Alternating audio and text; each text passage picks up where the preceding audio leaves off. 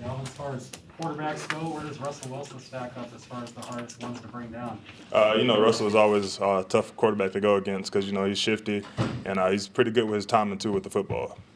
And just that offense, it seems like he's had some of these guys around him for quite a while. What have you seen from this latest version of the offense? Okay, say that again? What have you seen from this latest version of their offense? Oh yeah, they can be explosive at any moment. They can make plays and have to be good at stopping the run so you can get to the quarterback and force them to pass the ball a little bit more.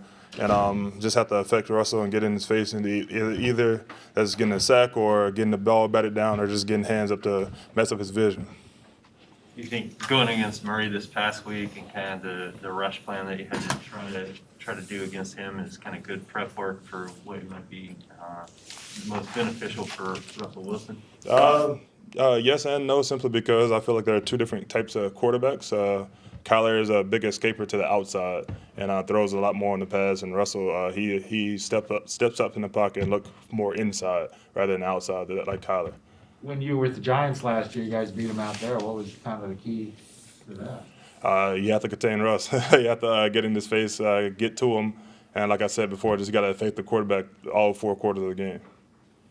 Last 2 weeks, it seemed like that there were both one-gap and two-gap principles along the defensive line. If that's the case, what are the benefits to either, and what are the challenges for you? I feel like it just depends what defense we're in, what formation they comes out in, and it benefits us across the board simply because it's just got to be gap discipline. You know who has each gap and things of that nature. So it just depends what defense we're in for the most part.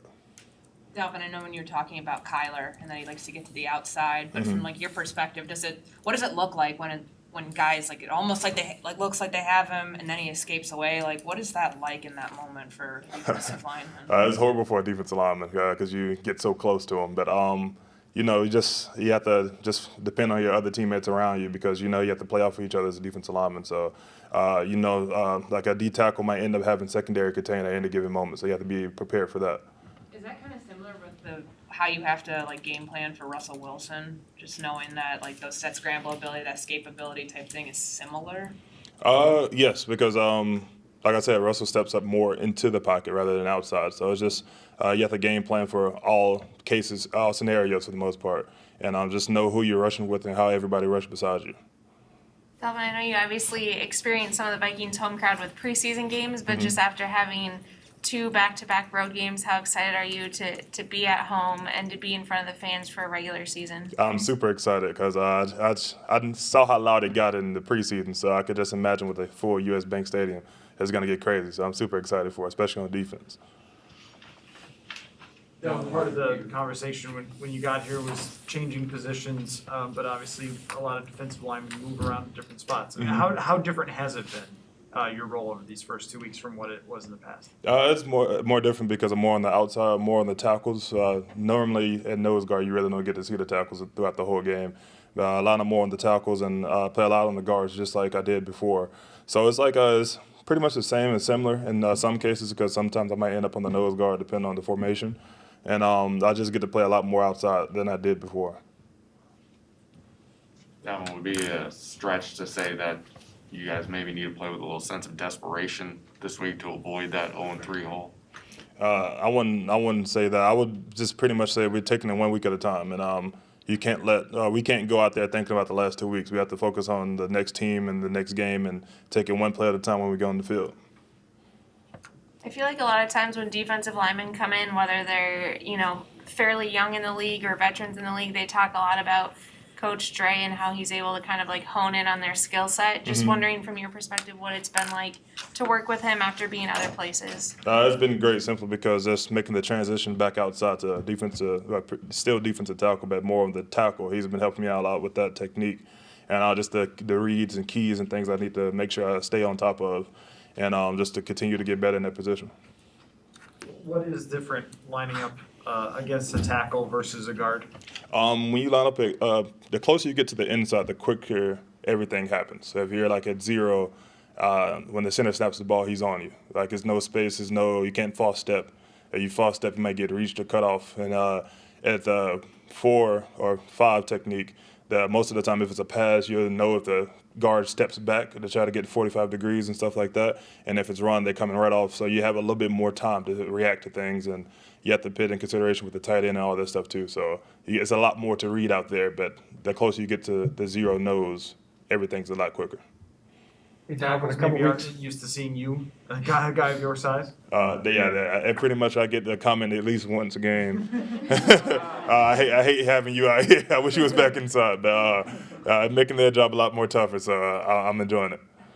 Dalvin, a couple weeks ago, Michael Pierce said that he was kind of feels at his best, and I think his wheelhouse is like 40 to 45 snaps a game. Do you know your number? When have you studied that over the years where you're at? As much as it takes. That's my number.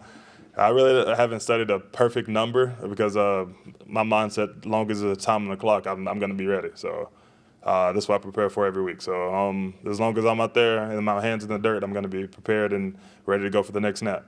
What is Dre like when you go from like position room to like all defense, talking to everybody? I mean, obviously he knows you guys the most because he's with you the most. But like what's the difference between that versus like whole group?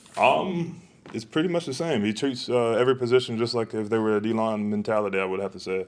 He talks to the whole team, defense and things like that, the group or linebackers, the front seven, and it's pretty much the same. He's going to be coachable. He's going to coach everybody as there was coachable defensive linemen. And, he's super professional with it, and it helps everybody in techniques. Like if a nickel has to set the edge or something like that in certain defense or something like that, he's coaching it up like he played defensive end.